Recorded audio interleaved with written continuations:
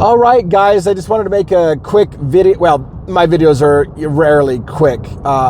This won't be quick either, so I don't know why I started out that way. But anyways, this is an announcement about an accomplishment I made, and I'm making it on the Backstage Pass because I feel like this is another one of those more appropriate for behind the scenes of my channel than something that would be directly interesting to my channel.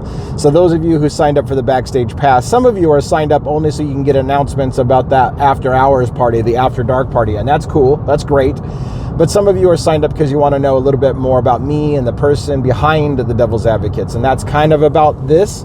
Not so much a major, I guess, announcement for the group, but last night, yesterday and last night, a major accomplishment happened in my YouTube world on the Devil's Advocates, and I thought I'd share that on the Backstage Pass and how that makes me feel as a person and the rewards and all the stuff that may not be all that well received on the main page. So let me cover that now. So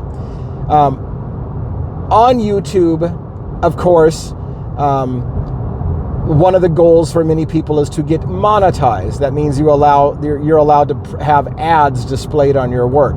I don't want to have to beg for money. I hate the begging for money thing. But my dream would be for me to cover true crime and all those things and actually get paid to do it. And it's a hard thing for me because I have a hard time asking people for money, and I really get insulted and hurt, my feelings hurt, when people accuse me of being some kind of a horrible person for wanting to get paid for the work that I do. And so I hate even bringing up money. I hate it when people insult me by saying, oh, I see you're doing this for the money or the clicks or the views or whatever, because of course it can't be just that I'm passionate about a subject matter, and it would be nice for all of us in this world if we were to be able to get paid for something that we enjoy doing. I know that seems like that's a horribly selfish thing, but that's what would be my dream. But anyways, so at 1,000 subscribers on YouTube, you're allowed to fully monetize. I had been partially monetized at 500 viewers, which allowed me to offer subscription member-only content. And that's gone pretty cool. I've got some members that are paying for member-only content. I do a lot of videos on YouTube, it seems like, and I give members a free look ahead before they get published. Here I go, I'm on a drive and I get sleepy. That's not a good combo. Anyways, so the members only area is working, and I got a few subscribers there, and that helps me build a little residual income. But of course, it's not enough to pay the bill, not even probably a one bill. But here's what's interesting. I was writing at 900 and something subscribers. I wanted to get to that 1,000 mark, and I've got a book series I have 2 book series that I cover on YouTube.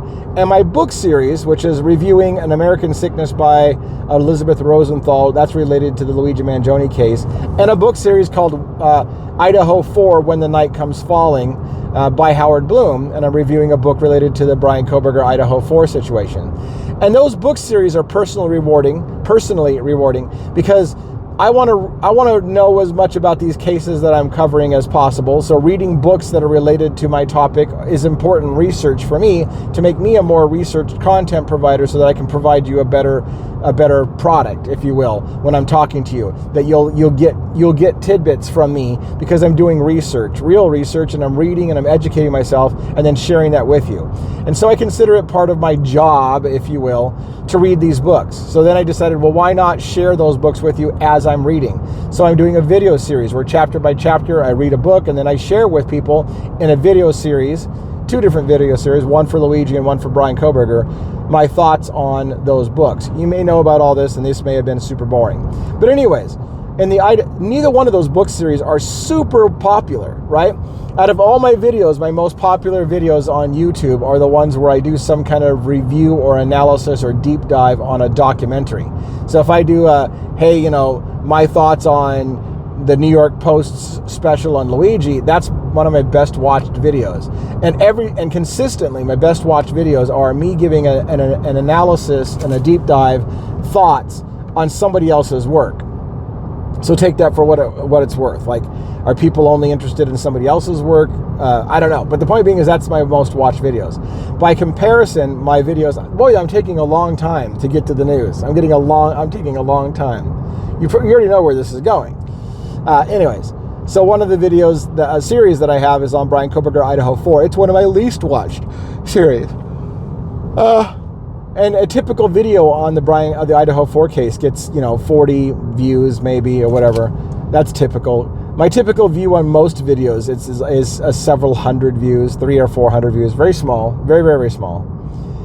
And when I get lucky and I have a good video, it's 1,000 plus viewers, and that's a good video for me, the 1,000 plus videos or views. So what happened yesterday is I published chapter 12, which was episode 9. I sometimes do multiple chapters in an episode, so the episode number doesn't always correspond to the chapters that I'm reading in the book. But I got to chapter 12, episode 9 of the Idaho 4 book series, expecting a normal day, and that video kind of blew up in a way. It's over 2,500 views now. Lots and lots of people are leaving comments saying that they just found my channel because of that video and that they're excited to find the channel. So all of a sudden there's renewed interest in this book. I'm now seeing the numbers of views on the previous chapters crop up as people are going back now and watching the first and second and third chapters of the book and asking where part 4 is, because I apparently forgot to publish part 4 tagged as a playlist. So I know people are watching. So it's super exciting. And a long ways getting to this point, we pushed the 1,000 mark last night. I went from, I think at the start of the day, I had 930 or so subscribers. And by the time that video was done and all the new people coming to watch my channel and new people subscribing because they loved episode 9, chapter 12 of my Idaho 4 review, I pushed the 1,000 mark and became, quote unquote, fully monetized on YouTube. So I'm super excited on a personal level. Oh my gosh, this was a goal of mine to get to monetized. Now, here's the thing. Why would you give a flying rat's ass that I'm monetized? What does that do for you? Probably nothing. In fact, it arguably might make the experience of watching my videos less enjoyable, because now YouTube is going to push commercials out on my stuff every few minutes. And I don't know exactly how it works. There's ways that I can reduce the number of commercials that get pushed onto a video of mine. So I could say, hey, I don't want to make as much money, so serve up less ads. I could have no ads if I wanted. I could just give all the stuff away with no ads whatsoever. Or I can go recommended settings, which is pretty heavy ads, or I can go really aggressive and go super aggressive ads. I feel like the default is recommended settings, which I've gone with right now, and I'm trying to figure out where to tweak that. Because again, I don't want to start getting pushback and feeling horrible about myself because people are like, oh my God, Devil's Advocates, you used to have videos that were great. Now I got to watch your fucking ad that pops up on my thing and I have to hit the skip button and it's too much. I'm done watching your content. I don't know why I feel that that's the reaction most people will have. I think most people understand that a lot of videos get served ads, and you still get to watch for free, and you can still just hit the skip button if you want. Of course, in a personal world, I would love it if you guys actually watched a commercial or two, because I have to get at least 30 seconds of watch time to get some kind of extra money out of somebody getting served an ad. I get a little bit, a tiny fraction of something by just an ad being served for you for a second and you hitting the skip button. But if you watch 30 seconds of the video, I get even more. If you, for God's sake, click on an ad and get directed away from my video, which I think is a little bit weird, because do I want you to leave my video or do I want you to watch my video? Because I also get rewarded if you watch my video. Anyways, if you click on the ad and actually go follow something to watch a commercial in its entirety or go buy the product, even more money comes my way, right? So in the long run, I don't want to beg for money. What I want to tell you is the feelings that go along with this. Super exciting thing for me to get fully monetized. I am now able, every tool to my disposal, as far as I know, is unlocked in YouTube. And right now, I have seen that they're serving up commercials on my ads. And YouTube has a system behind the scenes, if you're not aware, that basically partners up people who want to put commercials on people's stuff with my content if they think it's a good match. And that all happens behind the scenes. I don't even get to see it. I can suggest that I don't want certain types of people advertising their products on my stuff if I want to. So there's some interaction. But for the most part, it's all AI driven. YouTube, Google together combines my audience, who my typical audience is, and the type of products that people in my demographics, whether I have more females or males watching me, or more older people like myself, or whether it's the young generation, which of course I'm not resonating as much with the young generation. Go figure. But anyways, point being is that it's all done automated, and I don't get to see it. And then here's the weird part, and I don't think any of this is a violation. Well, obviously I wouldn't be telling you if I thought it was a violation of YouTube's policies. But from what I understand is YouTube now has designated spots where a potential ad could go in my long form videos, because I talk oftentimes for an hour at a time or whatever. So I can see, for example, ad spots where a potential ad could run. And then again, there's complexity in the YouTube world that basically decides how often commercials will be put in there, and an algorithm decides who bids on the spot that's available to serve an ad on that spot, and it all happens instantaneously on the fly. Super awesome. Technology is amazing. I don't have to do anything. I do it, sit back and watch, and therefore I don't know. Even if I was allowing, for example, 20 ad breaks, some ridiculous 20 ad breaks, that doesn't mean that you as the viewer are going to get 20 ads, because there's a complexity in that algorithm that says, hey, Sally tends to get annoyed if she gets served more than 2 ads. So I'm only going to serve her 2 of the 20 ad spots available. Somebody else might be like, every time this person watches, they watch all the ads all the way through, and you can serve them 20 ads and they'll stay with it. So that person might get 20 ad spots. It's a weird, complicated system of which I don't have control over. So I don't have control over how many ads you see to some extent. Because like I said, there's a control I can say where I can say, don't serve up any ads. I could do that. I could say set up the recommended number of ads, or I can say set up an aggressive number of ads and overshoot and give people, spam the hell out of them. And there's actually one step in between. I can say manual ads. I am going to only serve up 3 ads, and they're going to be exactly at these timestamps in my video and nothing else, and I won't let AI decide how many or at what point the ads get served. So I don't know. I may move that way. Just again, this is backstage. I may move to a targeted ad where I look for the places. Supposedly the AI is going to look for natural breaking points in my conversation and put an ad at the natural breaking points. I don't know how good they're doing at that, because when I looked at the ad breaks, they were cut off and start an ad in the middle of a sentence. Then again, I never stop talking and my mouth's always moving, so how does the AI find a natural break point?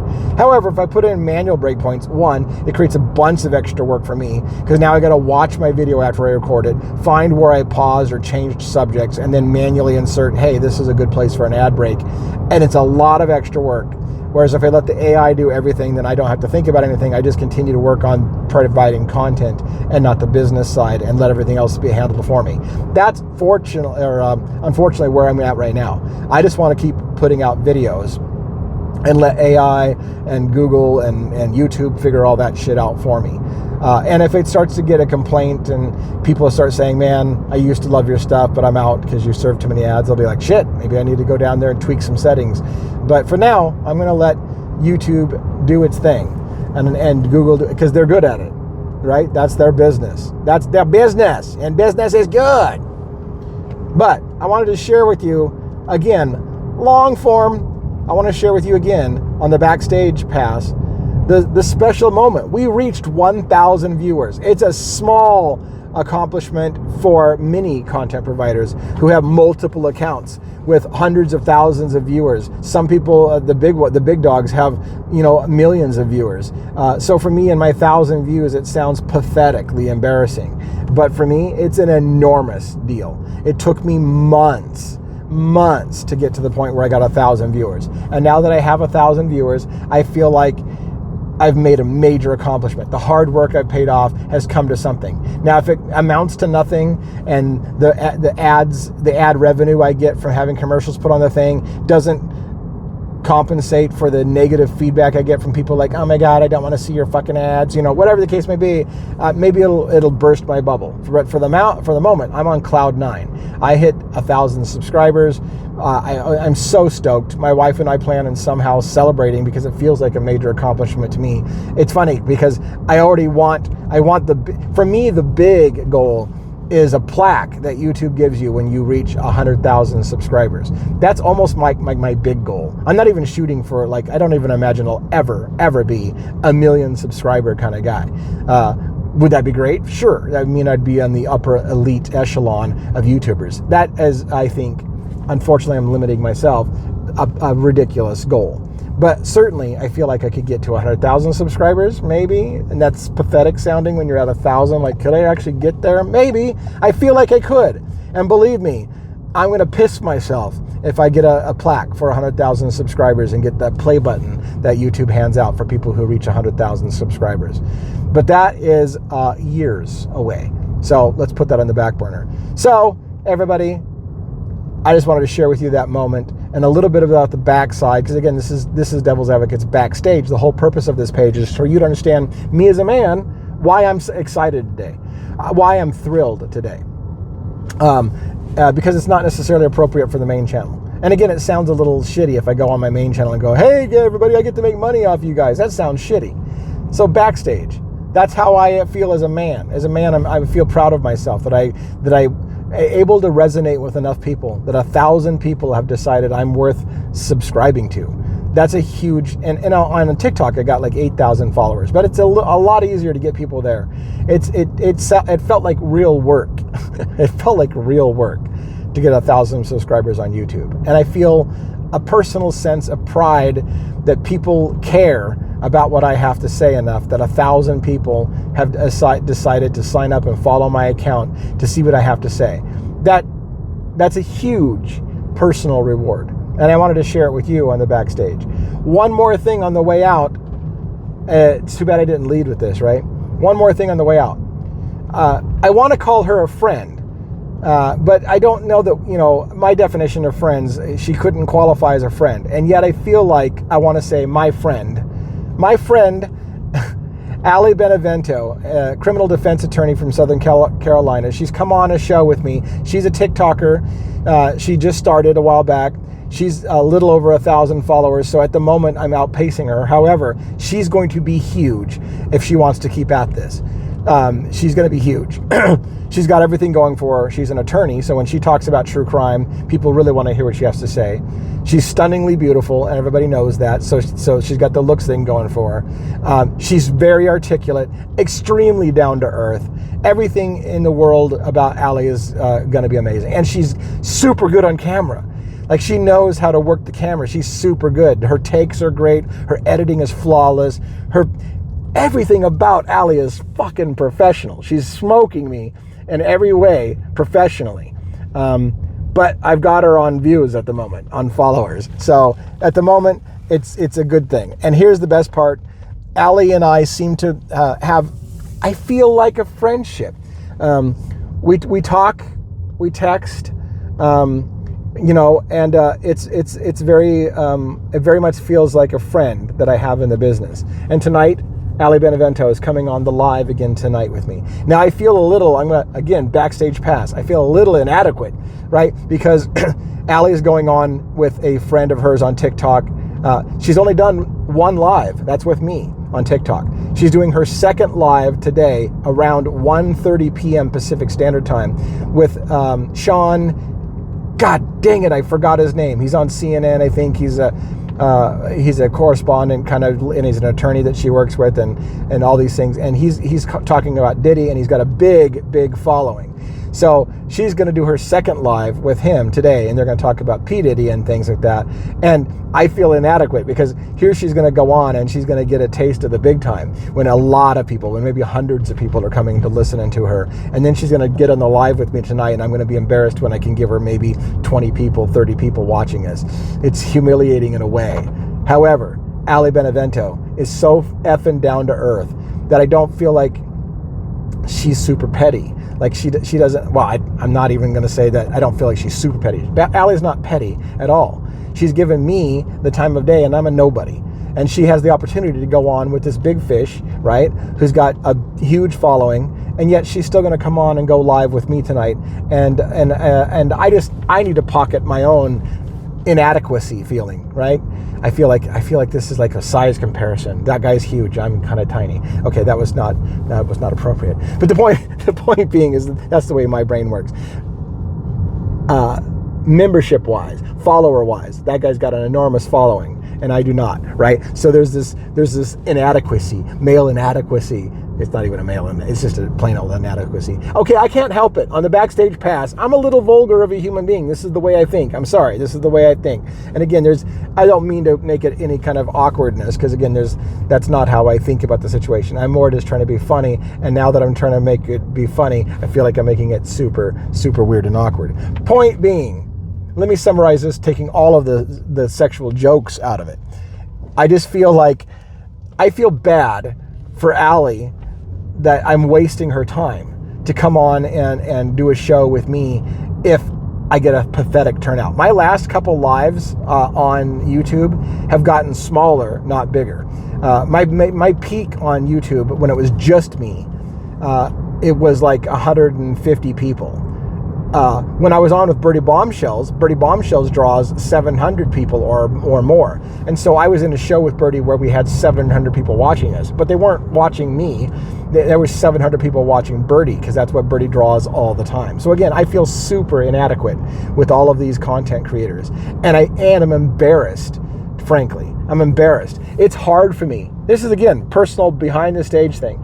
It's hard for me to put on my game face and not pretend like I'm not humiliated that I come on and I only can draw 40, 50 people at best, sometimes 20 on a bad night. And I'm terrified that I have this great opportunity with Ali Benevento, who's super respected, super professional. She's going to be a huge deal. She's going on with a huge deal today, and then she's going to come on my show, and I just feel like I'm going to let her down, and she'll be like, why am I wasting my time with this little small fish? And again, I don't get the impression from Ali she's like that. That's all in my head. Okay, enough of my inadequacy. I just wanted to share these things with you on the Backstage Pass. I mean, not a lot of you are watching over here. Maybe thank God for that right now. Anyways, talk to you later. Hope you will show up tonight. Oh God, I hope you show up tonight. Again, let everybody know if you can, because again, I don't want to be humiliated when Ali comes on after going on with the big fish today, and then comes on to my show and 10, 15 people show up. How humiliating would that be? Share the word, get it out there, because she's going to be fun. We're going to talk about Brian Kohberger. I'm going to ask her a lot of legal questions. She's not super up to date on Brian Kohberger's case. She's working on it. She's fascinated by it. But I'm going to pitch her some generic questions related to Brian Kohberger's case, where she doesn't have to weigh in on how she feels about his guilt or innocence, but just answering questions about things related to his case, things that she won't need to know all the nuances. So we're going to do that tonight, 6 p.m. Pacific Standard Time. Ali Benevento. We'll talk a little Luigi. I'm going to ask her a question at the start about Luigi, and then we're going to dive into Brian Kohberger's case and legal issues related to Brian Kohberger as I see them. She's great on camera. She's great answering questions. She loves communicating and interacting with the people. It's a great opportunity for you if you haven't seen her live. Check it out.